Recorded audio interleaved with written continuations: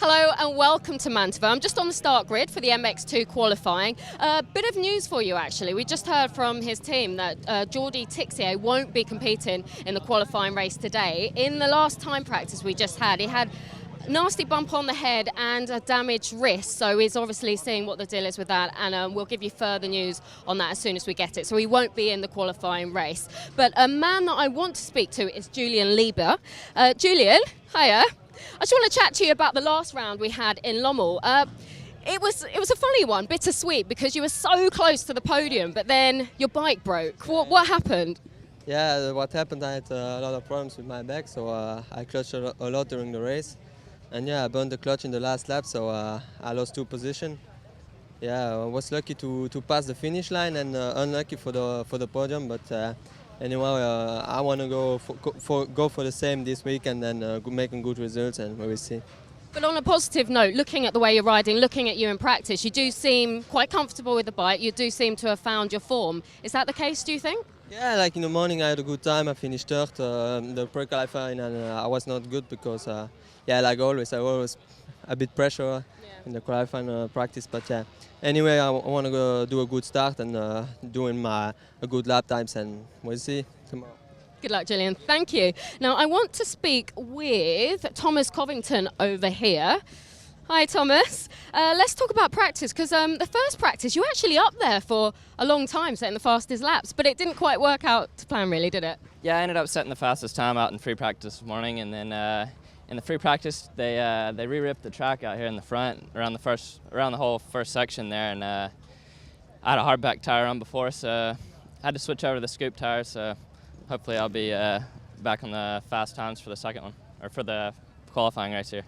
You said you switched to the sand tyres, but it is a sandy track, but it's quite hard underneath, and it is still pretty flat out there, isn't it? Yeah, it's really hard in some places and over there on the hill and everything, but where they rip it here in the front, it just gets real deep and heavy, so I think the scoop tire is going to be good for the start here.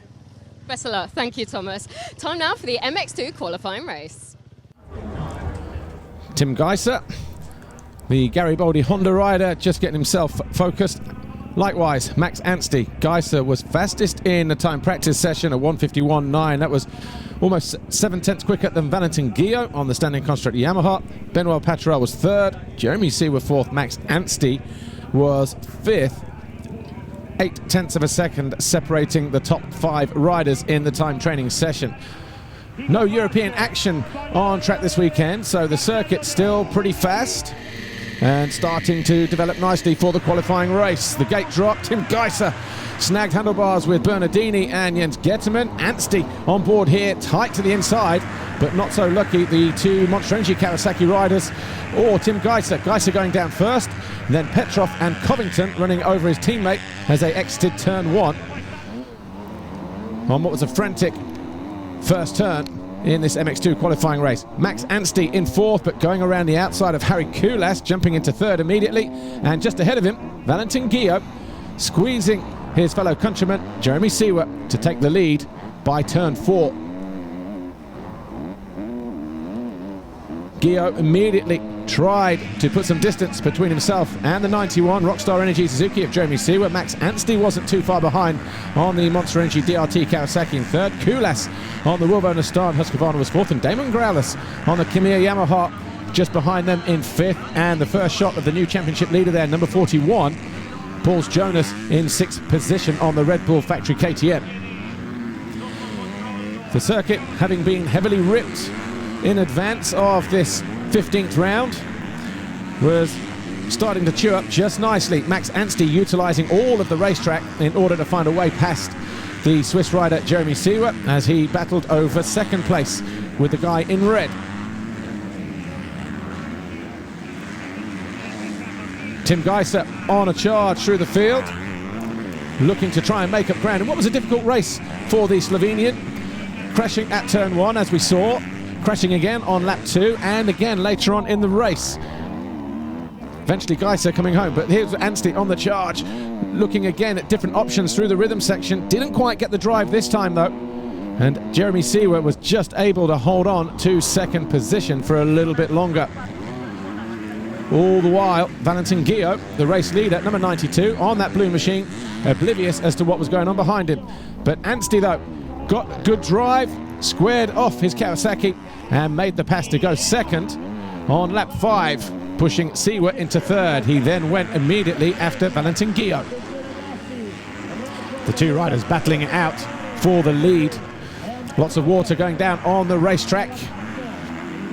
Deep sand, a lot of moisture in the ground, making it very difficult for Max Anstey to see what was going on ahead of him as he got closer to the rear wheel of the blue standing construct Yamaha of the number 92, Valentin Guillot.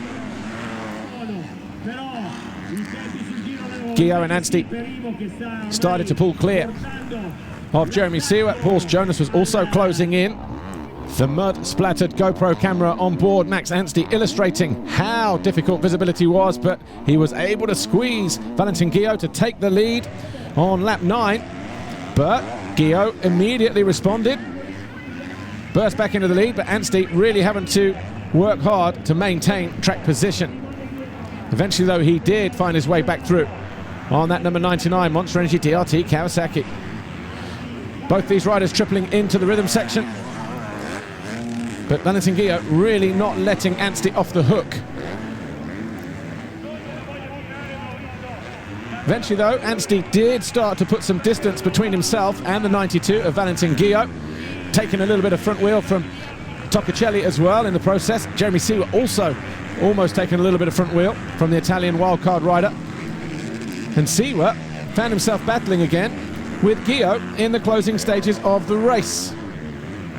One or two mistakes from the 91 allowed Paul Jonas to close in, but he wasn't able to capitalise and would finish the race in 4th. It was a good ride for Harry Kulas, who came home in 5th, but no one was really a match for Max Anstey, who went on to pull a decent gap and win the qualifying race from Guillot. Max Anstey, congratulations, 4th consecutive pole so far. How important was it to get past Guillot and Siwa at this stage? I mean, to be honest, I just wanted to be better than 5th. You know, I was 5th in qualifying, and I was like, okay, you know, the start, it's important to be down inside, but it's not like critical. You know, it's pretty fair. So I was like, all right, well, I'll just see where I'm at, and you know, we've had a couple of weeks off and things, so it's nice to just get back in the swing of racing and do a few laps. And I was sat there behind the guys, and I was like, I felt pretty fresh and things, so I thought, all right, I'll just go for a few and see where I end up. And had a nice little battle with Valentin, and yeah, hopefully tomorrow we can do the same and have some nice races. Thanks, Max. Good luck for tomorrow. Valentin Guillot, 2nd in qualifying today. You had a good battle with Max, and you were leading the way at pretty much a lot of the race. What happened? And I know you have unfinished business, so you definitely had something to prove out there.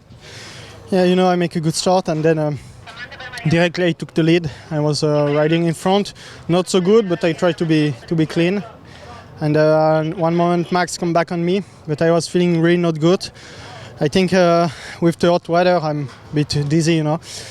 But yeah, I tried to fight with him, but yeah, he was faster than me. So yeah, second, it's really good place for tomorrow for the race. And I really want to thank my team Standing Construct Yamaha. They make a great job. Good luck for the race. Thank you. Jeremy Siwa, congratulations. Best qualifying result so far of the year, but you couldn't quite hold off Max, could you? Yeah, I had a really good start, but then Max was all the way behind me. I knew he's faster, but I had a good rhythm. I enjoyed the track. My speed was pretty high, and then I started to make a few small mistakes, which costed me the 2nd position. But I felt like I could catch Valentin, but he has some smart lines and it's difficult to pass. But I'm really happy with that place for tomorrow. It's pretty good for the gate pick, and that's it. Thank you. Good luck for tomorrow.